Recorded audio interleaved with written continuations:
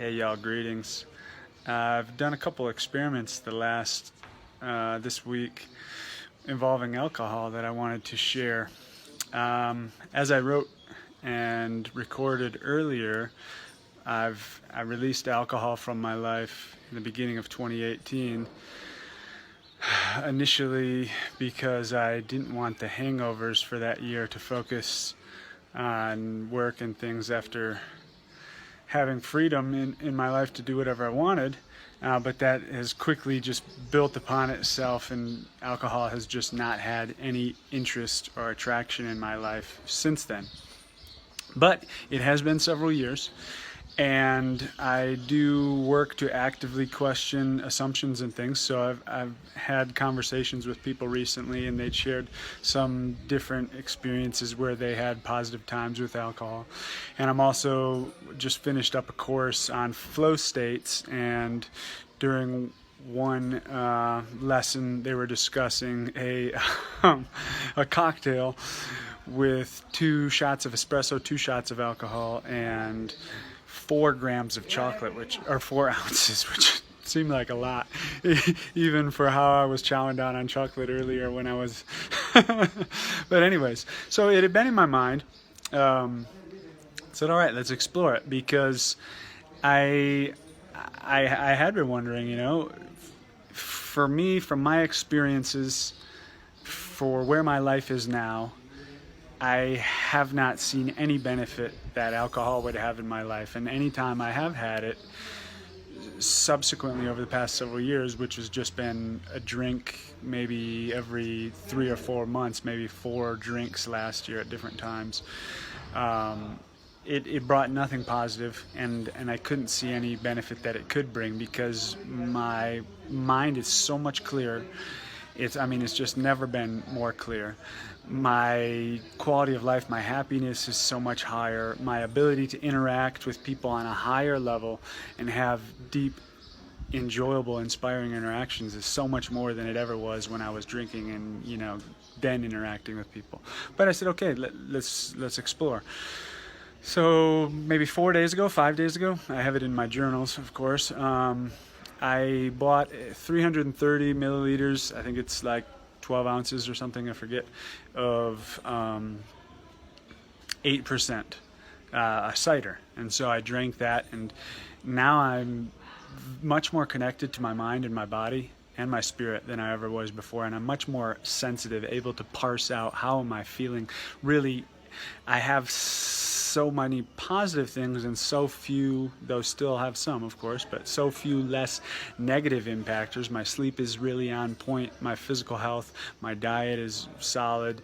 I don't have escape mechanisms and addictions in the way that I used to, and things like this. So it's easier for me to feel when something's, how it's impacting. So I was curious. So with this first 8%, I drank it over a period of an hour, I think. So that'd probably be like the equivalent of 2 beers. And I felt fogginess, I felt stuffiness in my mind, kind of like I had like a very low level cold. I didn't really feel much else than that. And then yesterday I said, okay, let's explore this cocktail and see. So I purchased a wine, again 330 milliliters, 16%, so probably the equivalent of 4 beers. And again, I drank this over about an hour, and I also had the espresso and cappuccino, and I did not eat 4 ounces of chocolate. I ate maybe 2.5. But quite clear. The feelings, again, of stuffiness, of foggy mind. I was able to feel, I drank so many times, thousands of times over my life, and it used to be such a big part of my life. Though I was never a daily drinker or drinking in the week, really, it was still a big part of my life. And so memories and physical memories and experiences came back with the tastes and with the feeling and with the physiological effects. But in the past, when I would have those feelings, it would really, trigger a desire for more and a craving for more. And it also was really tied to like this kind of, well, my life wasn't that happy a lot of times back then, and so I would have these created stories about memories that were so awesome or whatever, and so I would go into these sentimental feelings or the desire for connection or things in the future when I was using alcohol. This time I didn't feel any of that. I sat with it. It was while I was reading, doing some writing and things, and over several hours it was, you know, it wasn't a lot. It wasn't like I was wasted 4 beers, but it was, I was able to tell, but it was just not attractive. It was almost repulsive. And then it was interesting to see how things went throughout the day. So maybe 3 or 4 hours into it, I went to sketching class, and Drew was drawing there for about an hour, hour and a half.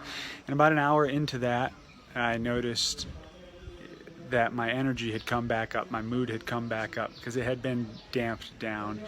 And so I was like, okay, must be wearing off.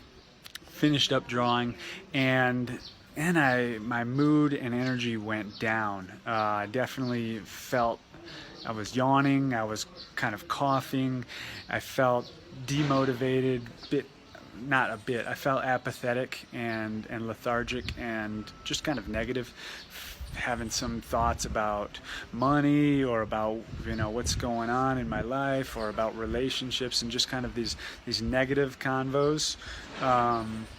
In ways, you know, I'm very happy to explore those subjects. I definitely do explore them intentionally and just sitting with them as they come up. But this was in the way of just kind of feeling dread and, like, you know, negativity. Also felt I could feel some of the old little whispers of, like, the unhealthy sexual addiction sort of stuff.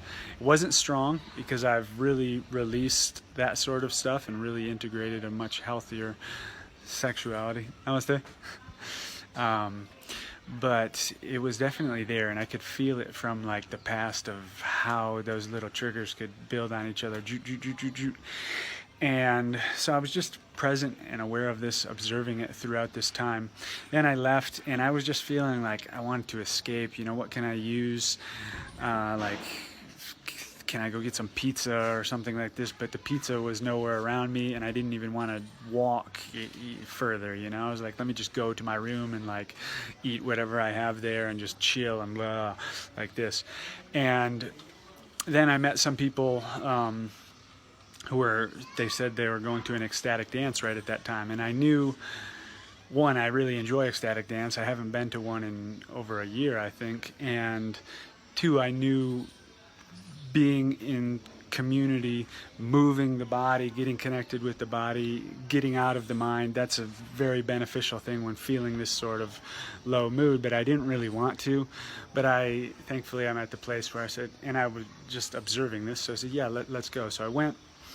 And as we're waiting for the music, I'm just kind of away from everyone else. I know most of the people, there's not that many, and just away from everyone, not talking, just kind of staring out the window, feeling myself in this, like, dichotomy of, like, not wanting to interact with people, but at the same time really wanting connection and community, and feeling kind of self-conscious sometimes, and, like, laughing or, like, trying to pretend like I'm cool or this sort of thing.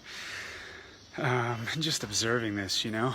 And so the power went out, so we didn't have the dance, so I was going home. And by this time I had been bringing in different mental and physical practices to shift this. And so shifting my thinking, releasing this energy, laughing, doing breath work, Wim Hof, and these sorts of things.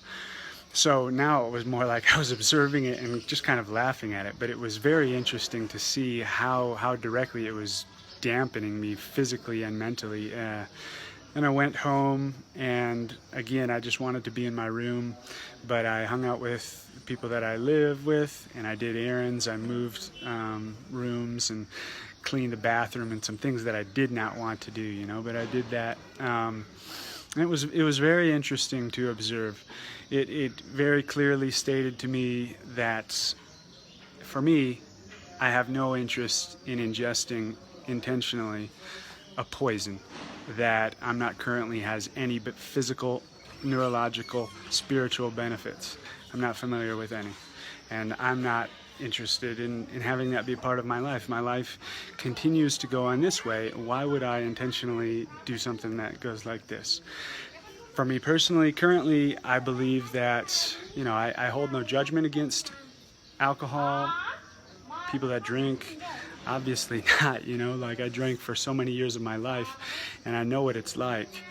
And even, I'm not saying people should change or anything like that, but I currently believe that it is just an example of, whether intentional or unintentional, conditioning that has been passed down for thousands of years throughout pretty much every society in the world. And if we actually look at it and do explore both our personal anecdotal experience and the science and everyone's experience that we're around, we'll realize that it doesn't bring anything positive to me. It destroys my brain cells, destroys my neurons, destroys my body. I was just talking with someone who had a stroke some years ago, and they shared that the doctor said that they thought that the stroke was related to their alcohol ingestion. It destroys my relationships. It destroys my self-confidence and my personal power, because instead of me going out and doing things on my own, I believe that this external substance is required for me to be able to talk or have fun or do these sorts of things. It takes my money, clearly, and that's a small one compared to the other ones. So those are my personal opinions, and I will share again this book, Alan Carr's Easy Way to Control Drinking. I read it earlier this year after I had already released drinking for several years, but it really succinctly integrated. It's written in kind of a funny way, different way, but it put so many of these things that I had experienced in my life, plus a bunch more that I hadn't even thought about, all in one place. And Alan Carr is very famous for people being able to just release things like smoking or release alcohol, things that we have been battling with for decades. And then the way his book is just shifting the thinking, seeing new awarenesses, and then it's not a physical dependency, really. There's a small physical dependency, but really when there's the shift in the mind, it's not a physical dependency. It's not nearly as hard to release these things as we have been told and as we have believed, if we go about it in an intentional way that it takes in the holistic approach and then goes at the root instead of trying to fight the symptoms. And as I mentioned before, previously I was saying, for anyone who would like to read this book and then just have a minute or 2 or 5-minute conversation with me, whether or not you liked it, whether or not you want to drink forever or stop or anything, I don't have any concern with that. But if you'd like to read this book and have a little convo with me, just so I can learn from your experience, because I'm always trying to learn, it would be my pleasure. I was giving $25. Now it would be my pleasure to give $50 to every person, up to 5 people who is interested in doing that. Love you guys. Rock on. Namaste. Peace.